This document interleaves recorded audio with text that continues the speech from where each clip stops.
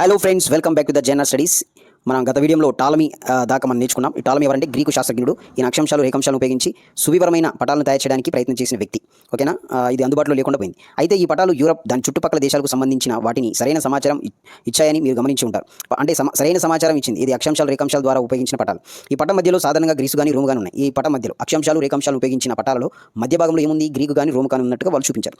వ్యాపారస్తులు, నావికులు సందర్శించిన వివిధ దేశాల తీర ప్రాంతాల గురించి సరైన వివరాలని ఈ పటాలు ఇచ్చాయి.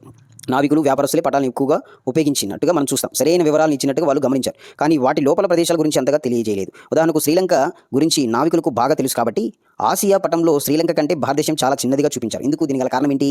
వాళ్ళకి శ్రీలంక బాగా తెలుసు, భారతదేశం అంతకు తెలియదు. శ్రీలంక బాగా తెలుసు కాబట్టి వాళ్ళ దృష్టి మొత్తం శ్రీలంక మీదకి వెళ్ళిపోయింది. శ్రీలంక భారతదేశం కంటే చిన్నది, శ్రీలంక భారతదేశం కంటే పెద్దదిగా చూపించారు, భారతదేశాన్ని చిన్నదిగా చూపించారు. ఓకేనా? భారతదేశం చాలా చిన్నదని చూపించారు వాళ్ళ పటాలు. ఇది గ్రీసు, రోము వాళ్ళు గీసిన అక్షాంశాలు రేఖాంశాలను ఉపయోగించిన పటంలో. ఈ పటాలు తయారు చేయడానికి అరబ్బు పండితులు, నావికులు వీళ్ళందరూ కూడా వచ్చారు. వీళ్ళు ఏం చేశారంటే టాలమీ పుస్తకాలను ఉపయోగించుకున్నారు. ఈ టాలమీ ఏం చేశాడు? అక్షాంశ రేఖాంశాలను ఉపయోగించి పటాలను తయారు చేశారు కదా.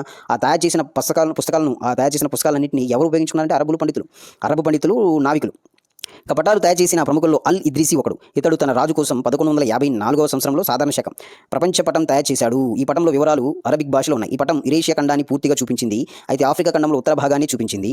ఆఫ్రికా దక్షిణ భాగం, ఆగ్నేయాసియా భాగాలను వివరంగా చూపించలేదు. ఇంకా అల్ ఇద్రిసి అనే వ్యక్తి ఏం చేశాడంటే ఒక పటాన్ని తయారు చేశాడు. తన రాజు కోసం సాధారణ శకం 1154. ఇది కూడా ఇంపార్టెంట్ ఫ్రెండ్స్. అల్ ఇద్రిసి అనే తన రాజు కోసం 1154 సంవత్సరంలో ప్రపంచ పట్టణాన్ని తయారు చేశారు. ఇది అరబిక్ భాషలో ఉంది. ఇది పూర్తిగా యూరేషియా అంటే యూరప్, ఆసియా ఖండాన్ని పూర్తిగా చూపించింది.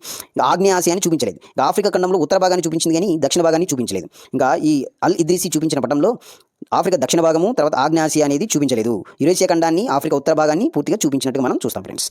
అల్ ఇద్రిసి గీసిన పటం ఇది.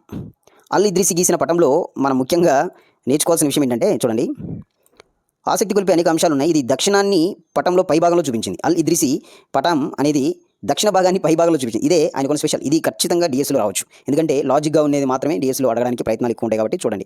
ఇంకా అల్ ఇద్రిసి రచించిన పటం అనేది పై భాగంలో ఏముంది? దక్షిణ భాగం. అసలు అయితే ఉత్తర భాగం ఉంటుంది, కానీ ఇతని పటంలో అయితే దక్షిణ భాగం ఉంది. కింద భాగంలో అయితే ఉత్తరం ఉంది. ఇదే ఆయన పటంలో ఉన్న స్పెషల్ అనమాట. ఇది అరేబియాను పటం మధ్యలో ప్రముఖంగా చూపించింది. అరేబియాను ఎక్కడ చూపించింది? మధ్యలో చూపించింది. ఇంకా టాలమీ పుస్తకాలు లభించక ముందు యూరోప్లో పటాలు తయారు చేసేవాళ్ళు. ఇంకా ఇది మనం నెక్స్ట్ వీడియోలో చూద్దాం ఫ్రెండ్స్. Thank you.